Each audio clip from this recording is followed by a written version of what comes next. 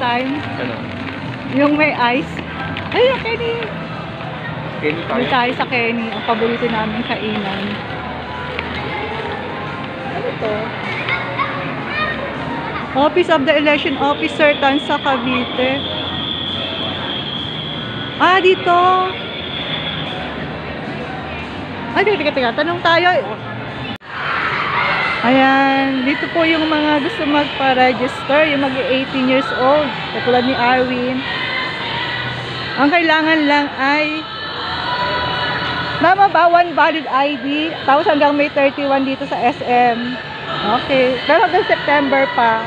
September po yung kabuuan ng registration. Okay. Pero kami after ng May 31 po, bababa na po kami sa iba't ibang barangay. Sa mga barangay na. Barangay na po ulit. Dito sa Tansa. Pero Okay. magpapabalik-balik lang po kami dito siguro mga 2 times, 3 times.